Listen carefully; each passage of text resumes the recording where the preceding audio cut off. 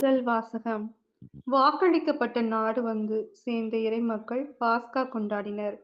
யோசுவா நூலிலிருந்து வாசகம். அதிகாரம் 5, இறைவசனங்கள் 9, 10 முதல் 12. அந்நாட்களில் ஆண்டவர் யோசுவாவிடம், இன்று எகிப்தியரின் பழி சொல்லை உங்களிடமிருந்து நீக்கிவிட்டேன் என்றார். இஸ்ராயலர் கில்காலில் தங்கினர். மாதத்தின் 14ஆம் நாள் மாலை எரிகோ சமவெளியில் பாஸ்கா கொண்டாடினர். பாஸ்காவின் மறுநாள் நிலத்தின் விளைச்சலையும் புளிப்பற்ற அப்பத்தையும் வறுத்த தானியத்தையும் உண்டனர். நிலத்தின் விளைச்சலை உண்ட மறுநாளிலிருந்து மன்னா நின்றது. இஸ்ராயலருக்கு மன்னா மீண்டும் கிடைக்கவில்லை.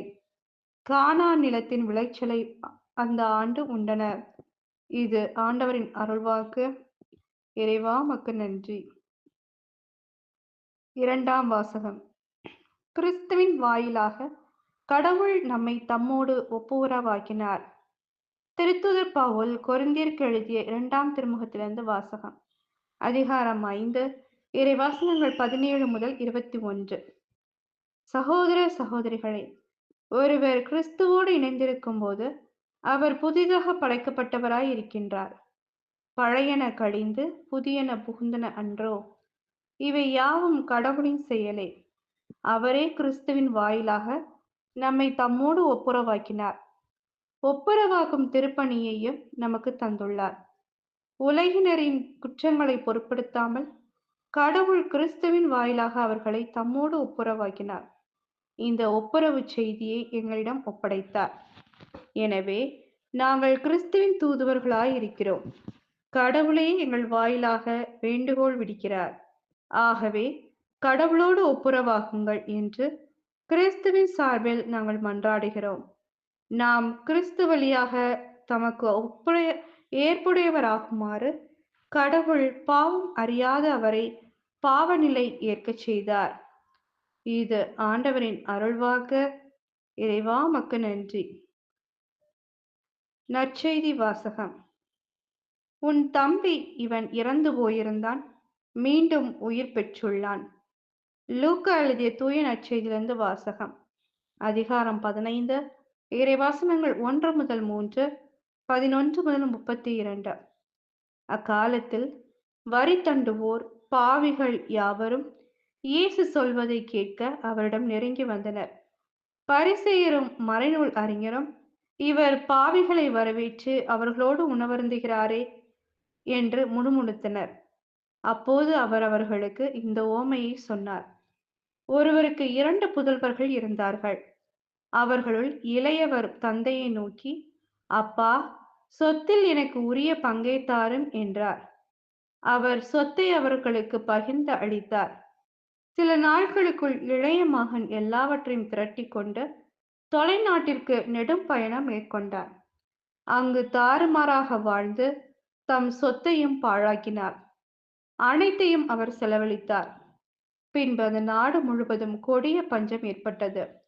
அப்பொழுது அவர் வறுமையில் வாடினார். எனவே அந்நாட்டு குடிமக்களுள் ஒருவரிடம் அண்டி பிழைக்கச் சென்றார். அவர் அவரை பன்றி மேய்க்க தம் வயல்களுக்கு அனுப்பினார். அவர் பன்றிகள் தின்னும் நெற்றுகளால் தம் வயிற்றை நிரப்ப விரும்பினார். ஆனால் அதை கூட அவருக்கு கொடுப்பாரில்லை. அவர் அறிவு தெளிந்தவராய், என் தந்தையின் கூலியாளர்களுக்கு தேவைக்கு மிகுதியான உணவிருக்க நான் இங்கு பசியால் சாகிறேனே, நான் புறப்பட்டு என் தந்தையிடம் போய், அப்பா, கடவுளுக்கும் உமக்கும் எதிராக நான் பாவம் செய்தேன். இனிமேல் நான் உம்முடைய மகன் எனப்பட தகுதியற்றவன். உம்முடைய கூலியாளர்களுள் ஒருவனாக என்னை வைத்துக் கொள்ளும் என்பேன் என்று சொல்லிக் கொண்டார். உடனே அவர் புறப்பட்டு தம் தந்தையிடம் வந்தார். தொலையில் வந்து கொண்டிருந்த போதே அவர் தந்தை அவரை கண்டு பரிவு கொண்டு ஓடிப்போய் அவரை கட்டி தழுவி முத்தமிட்டார்.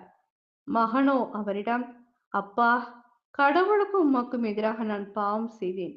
இனிமேல் நான் உம்முடையவன் எனப்பட தகுதியற்றவன் என்றார். தந்தை தம் பணியாளரை நோக்கி, முதல் தரமான ஆடையை கொண்டு வந்து இவனுக்கு உடுத்துங்கள். இவனுடைய கைக்கு மோதிரமும் காலுக்கு மிதியடியும் அணிவியுங்கள். கொழுத்த கன்றை கொண்டு வந்து அடியுங்கள். நாம் மகிழ்ந்து விருந்து கொண்டாடுவோம். ஏனெனில் என் மகன் இவன் இறந்து போயிருந்தான், மீண்டும் உயிர் பெற்று வந்துள்ளான். காணாமல் போயிருந்தான், மீண்டும் கிடைத்துள்ளான் என்றார். அவர்கள் மகிழ்ந்து விருந்து கொண்டாடத் தொடங்கினார்கள். அப்போது மூத்த மகன் வயலில் இருந்தார். அவர் திரும்பி வீட்டை நெருங்கிக் கொண்டிருந்த போது ஆடல் பாடல்களை கேட்டு ஊழியர்களுள் ஒருவரை வரவழைத்து, இதெல்லாம் என்ன என்று வினவினார். அதற்கு ஊழியர் அவரிடம், உம் தம்பி வந்திருக்கிறார்.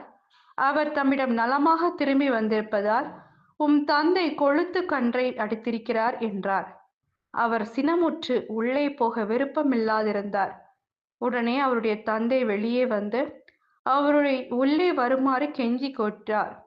அதற்கு அவர் தந்தையிடம், பாரும், இத்தனை ஆண்டுகளாக நான் அடிமை போன்று உமக்கு வேலை செய்து வருகிறேன்.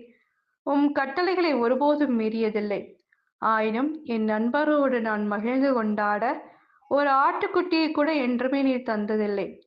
ஆனால் விலை மகளிரோடு சேர்ந்து உம் சொத்துக்களை எல்லாம் அழித்துவிட்ட இந்த உம் மகன் திரும்பி வந்தவுடனே இவனுக்காக கொழுத்த கன்றை அடித்திருக்கிறீரே என்றார்.